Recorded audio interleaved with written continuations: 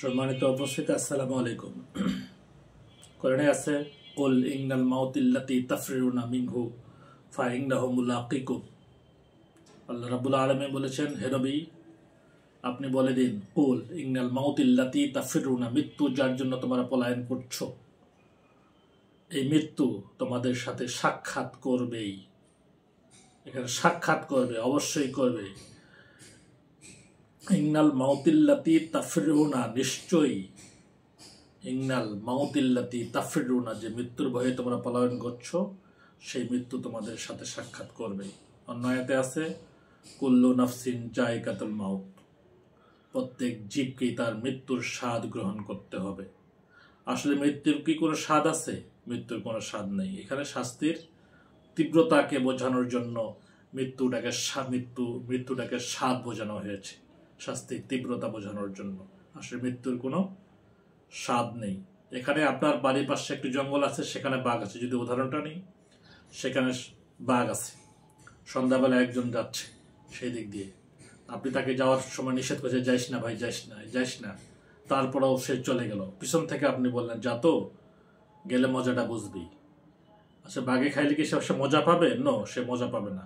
এখানে শাস্তির তীব্রতাকে বোঝানো হয়েছে। ঠিক তেমনি আল্লাহ রাব্বুল আলামিন প্রত্যেক জীবকেই তার মৃত্যুর স্বাদ গ্রহণ করতে হবে, এখানে তার শাস্তির তীব্রতাকে বুঝিয়েছে।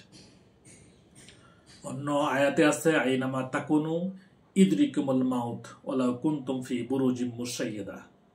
আইনামা তাকুনু ইদরিকুমুল মাউত, তোমরা যেখানেই থাকো না কেন, মৃত্যু তোমাকে পাকড়াও করবেই। মৃত্যু তোমাকে পাকড়াও করবে। এখানে জটিলতা নিয়ে আসছে, কথাটির মধ্যে জটিলতা আসে। ওয়ালাউ কুনতুম ফি বুরুজিম মুশাইয়াদা, তুমি যদি কোথাও শক্ত স্থানে অবস্থান করো, কোনো যদি গ্লাসের ভেতরে, লোহার ভেতরে অবস্থান করো, তারপর মৃত্যু তোমার পাকড়াও করবেই।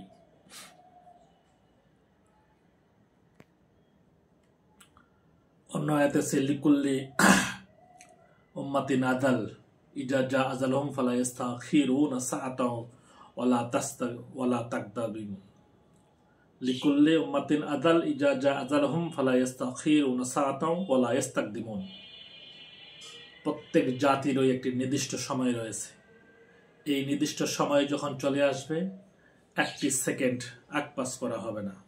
অর্থাৎ মৃত্যু যখন চলে আসবে, তাকে কোনো সময় দেওয়া হবে না, কোনো একটি সেকেন্ড সময় আকপাস করা হবে না।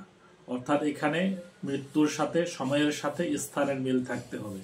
মৃত্যুর সময় হবে ঠিক যে স্থানে আপনার মৃত্যু হবে, সেই স্থানে যাবেন, সেই জায়গায় মৃত্যুর সময় হবে, তখনই আপনার মৃত্যু অনিবার্য। সম্মানিত উপস্থিতি, তাই মৃত্যু যখন সকলেই আসবে, সকলেই তার মৃত্যুর স্বাদ গ্রহণ করতে হবে। মৃত্যু যেহেতু পাকড়াও করবেই, সেহেতু মৃত্যুর জন্য প্রস্তুতি নেওয়া দরকার। প্রত্যেকটি সময় আমাদের ভাবতে হবে যে আমার মৃত্যু আসবে, পরকালে আমার কৃতকর্মের জন্য হিসাব দিতে হবে, সেই হিসাবের জন্য আমাদের প্রস্তুতি নিতে হবে। সবাই যেন আমরা সেইভাবে প্রস্তুত নিই। আসসালামু আলাইকুম ওয়া রাহমাতুল্লাহি ওয়া বারাকাতুহু।